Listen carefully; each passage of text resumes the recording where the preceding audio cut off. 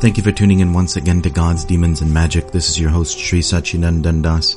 So as we heard in the last episode, Abammon begins to reply to the questions of Porphyry.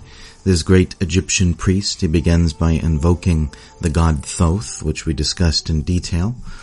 And the first question he begins to address is the nature of the gods, and the nature of the subtle entities such as daemons, half-gods, heroes, as well as uncontaminated souls, souls which are not within matter but exist in a liberated state beyond matter, which is in fact the goal of Hermeticism and different spiritual paths, for the soul to move from the conditioned state to the liberated state.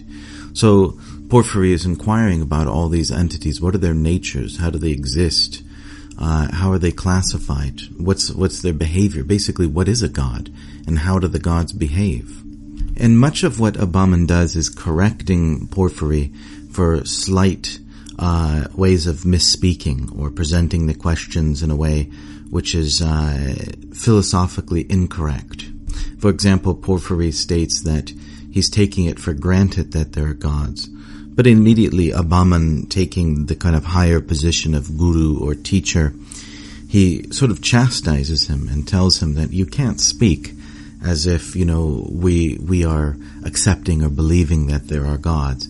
They're not something that you can or cannot believe in. They exist beyond your own intellectual conception. They exist whether you believe in them or not.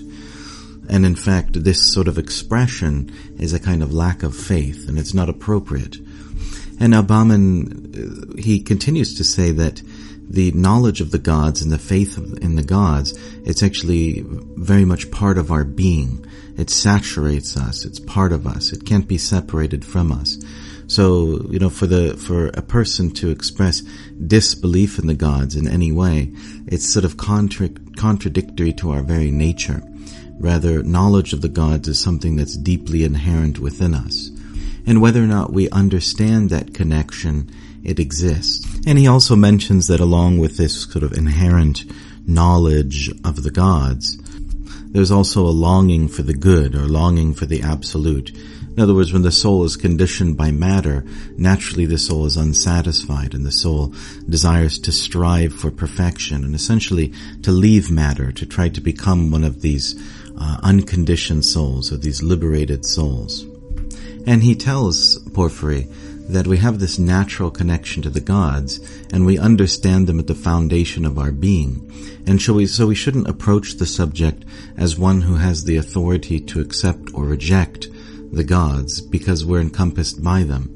It's very much like if you say you have a man in the ocean and he's riding up and down on the waves and floating amidst the salt water, but then he's, somehow declaring that he doesn't believe in water.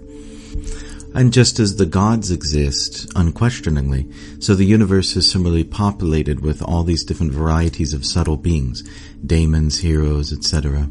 And that ultimately all of these beings are manifestations of the Absolute, or manifestations of the supreme transcendent reality.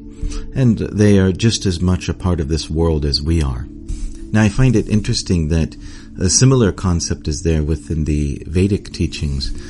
The idea is there that the gods and mankind exist together and work together in a cycle of sacrifice. It's sort of like the gods and mankind are created together and they're inherently linked to each other and they're meant to work with each other. And that human beings have a certain principle of worship or sacrifice which is built into us, and it's really at the core of who we are. We sort of just so you might say, just as animals have a certain nature, like a dog has the nature to bark and want to go for walks, and a cat, its nature is to meow, and a fish, its nature is to swim. So a human being, its nature is to worship, to practice religion.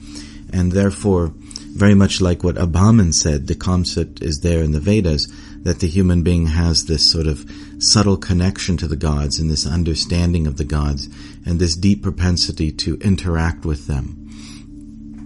Because this principle of religion or worship is at the very nature of our being. It's almost like you have a radio you see on cars. I don't know if they have them anymore, but you'd have an antenna, sticking out of the hood or something. And the whole purpose of that antenna is to tune into the radio waves. So in a sense, because we're created as creatures of worship or who practice worship, the human being is almost like an antenna to the subtle world. We have this innate connection to the subtle realm, which is populated by an unlimited spectrum of gods and demons and ghosts and, all sorts of subtle creatures that we can interact with. And the human form of life is one in which our natural condition of worship can be expressed towards all these different classifications of beings. And that is essentially what religion is, and when those beings are when it's not directed at the gods or the supreme god, but it's directed towards ghosts or directed towards demons or daemons, then generally that's what people call magic. So really the only difference between magic and religion in many ways is that magic is directed towards beings lower than the gods, and religion is directed towards the gods or to the supreme god. And this inherent relationship between the gods and mankind, which originates at the very time of creation, it's a kind of a cycle of a relationship based upon a cycle of sacrifice. We as human beings are meant to sacrifice our wealth to the gods. We give it in ritual worship. We give them as much as possible. We try to give them the fruits of our labor. And when the gods receive that, in their world, it's transformed into pleasure. It's transformed into various kinds of wealth. And so the things that we sacrifice become wealth within the realms of the gods. And when the gods are pleased with our sacrifice, then they rain down wealth into our world, and they create abundance among their worshippers. So humankind has the ability to create wealth within the realm of the gods, and the gods have the ability to create wealth in the realm of mankind. And so they're meant to go back and forth amongst each other. Mankind feeds the gods, and the gods feed mankind. And we don't exist independently from each other. But there's an important rule that's there for human beings, is that as you engage in this relationship with the gods, and you give to the gods and receive from the gods, you're only meant to take what you need to survive comfortably. You don't have to be poor, but from the wealth that is created by the mercy of the gods in the form of rain, usually, which gives abundant grain, or the gods may also give stability in nature. Like it rains when it's supposed to, and the seasons come when they're supposed to. So basically, you can live an agricultural lifestyle in a very safe and predictable manner, and the grains and the fruits and everything like that will be very abundant. The insects and diseases will not harm. Right, so this is basically the benefit given by the gods. It's the wealth produced by nature. Say, for example, you might find where the gods are worshipped, you might just find gold in the rivers. You don't have to dig for it or strive and struggle. Rather, you'll just find flakes of gold floating, in the rivers. Also, it can be there as far as like a blessing of physical health as well. Basically, wealth in these ancient cultures means a pure and pristine and bountiful harvest. Nature in its purest form, pure water, pure air, pure food, all of these things were considered wealth. And you see this in modern society too. Like if you want to eat nice food, like you want to go to Whole Foods or something like that, like sometimes people joke around and call the store Whole Foods whole paycheck because it's so expensive, right? Like if you want to drink good water or you want to have clean organic food, it's very expensive. So the ancient civilizations, that's actually what they considered wealth, was quality materials from nature, and an ease in which those things can be drawn from nature. And also physical health, good fertility, good children, all of these things. So these were considered merciful benedictions by the gods. Now, the humankind, as we were saying, is that you're expected to just take what you need as a minimum from the gods. Say you get 100 bushels of grain from your field, and you only need like 1 bushel of grain to live, until the next harvest. Then you would take that 1 bushel, and then the other 99 bushels you would put back into the worship of the gods.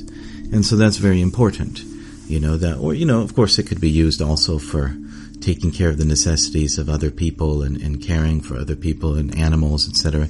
That's sort of included within your own personal necessities. But basically, you're not supposed to try to become greedy and sort of engorge yourself on the wealth provided by the gods. You're not supposed to hoard wealth.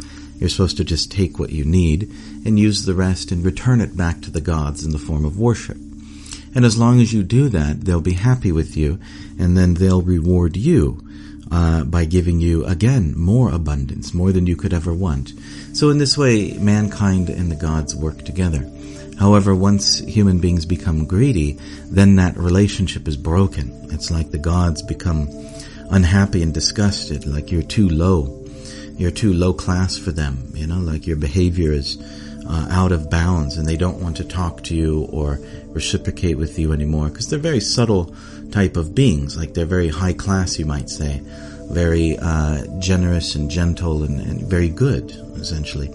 And so if you express qualities like greed and lust and these things, you begin hoarding the wealth they give you, then you break that relationship and they'll no longer respond. And so, generally, and this is just my opinion, you'll see that when these massive civilizations like ancient Egypt rise and fall, it's oftentimes connected to this sort of relationship. Like you see the ancient Egyptian civilization, it lasted for over 3,000 years or even longer. And that's incredible. Many civilizations just rose and fell within a few hundred years. But Egypt existed in a more or less, unchanged state. I mean, there were rises and falls and changes in political power, but that core civilization existed pretty much without change for almost, more than 3,000 years. And that's incredible. And so that shows, I think, the sort of, the core of the civilization was religious, which it was. It was an incredibly religious culture, and it was based upon sacrifice and worship of the gods. And that cycle of interaction with the gods, that sort of sacred relationship, I think was at the core of Egyptian civilization. And that is why it was able to last so long. And of course, this when I say the relationship with the gods, the general idea in ancient civilizations is that this also applies to the one supreme God. Say, for example, you're worshiping the one beneficent, transcendent God spoken of throughout the world in many religions by many names. Then that same relationship that you have with the gods, it'll also apply. Like if you worship the one supreme God, then all of the gods are very happy with you, and they'll provide you with all of that material facility. And if you reject religion totally, you'll see it's quite common that when civilizations reject religion or worship totally, then their days are numbered. Very quickly their civilization begins to unravel. And I think it's very interesting that Abammon, he also talks about how this yearning for transcendence or yearning for God or the absolute truth is inherent within all human beings. Indeed, like within life itself. We're forever in this world restless and unhappy, and we're dissatisfied with material existence. Oftentimes we think, if we just organize reality better, that we'll be happy, but it doesn't really work. Just like in Buddhism, there's the Fourfold Noble Truths, the first of which being that, life is suffering, or suffering is existent throughout. It's part of nature itself, and it can't be avoided. And so the soul is not happy in this condition because the soul is by nature eternal. It doesn't like to live in a world that's temporary and constantly changing. The soul doesn't like to be subjected to death because the soul is eternal. Similarly, the soul is by nature full of knowledge, and this world is one where you're born into ignorance. The sort of default position within the world is forgetfulness of transcendent reality, and this is painful for the soul. And then finally, the soul is by nature blissful. The soul is constantly seeking pleasure. And that's why people try to and constantly are looking for enjoyment, because it's the very nature of the soul. And so we're looking for that enjoyment within matter, within material existence, within the elements of this world, but it doesn't work. Rather, the soul can only really be satisfied with true spiritual pleasure. There's the pleasure of the transcendent platform, which is the very nature of the soul. And so for these reasons, the soul is always yearning, always questing for spiritual truth. And Abammon, he also addresses the very interesting question that do the gods have free will? Or are they just forced to act, according to the will of the divine? Are they like humans? Are they able to choose between good and evil? Do they have the freedom to choose what they want to do? And you'll see in the teachings of Plato, actually, he posits the idea of free will, that essentially human beings have the ability to choose whether they will act morally or immorally. Whereas if you look in the life of a dog, for example, or any other animal, that freedom of choice is not there, where the dog is essentially forced to behave according to its nature, and it's not capable of making these sort of higher decisions. So the soul of the human being, in a sense, is unique, because the human being is confronted with these choices, these very important sort of cosmic choices about life and reality and their own spiritual destiny. Whereas for the animal, that's simply not there. The animal's forced just to act according to its nature, which is very strong. In that sense, the human form of life is very unusual, because there's a tremendous amount of freedom which is there, and a tremendous amount of knowledge and clarity of thought and capacity to investigate and understand and to grasp, even intuitively or psychically, deeper spiritual truths. And you could see in traditions that believe in reincarnation, animal life is considered a kind of bondage, because the soul, losing this human form of life, enters into the life of an animal and loses, at least for the duration of that life, its free will. You lose the opportunity for spiritual growth, and you're more or less condemned to sort of live that life of the animal with the natural consciousness of the soul in a covered state. Whereas the human form of life is considered a special gift, where that pure consciousness is sort of brought to the front. The covering of materialism or darkness or ignorance is there, but it's in a minimized state, and the pure consciousness of the soul is really shining out.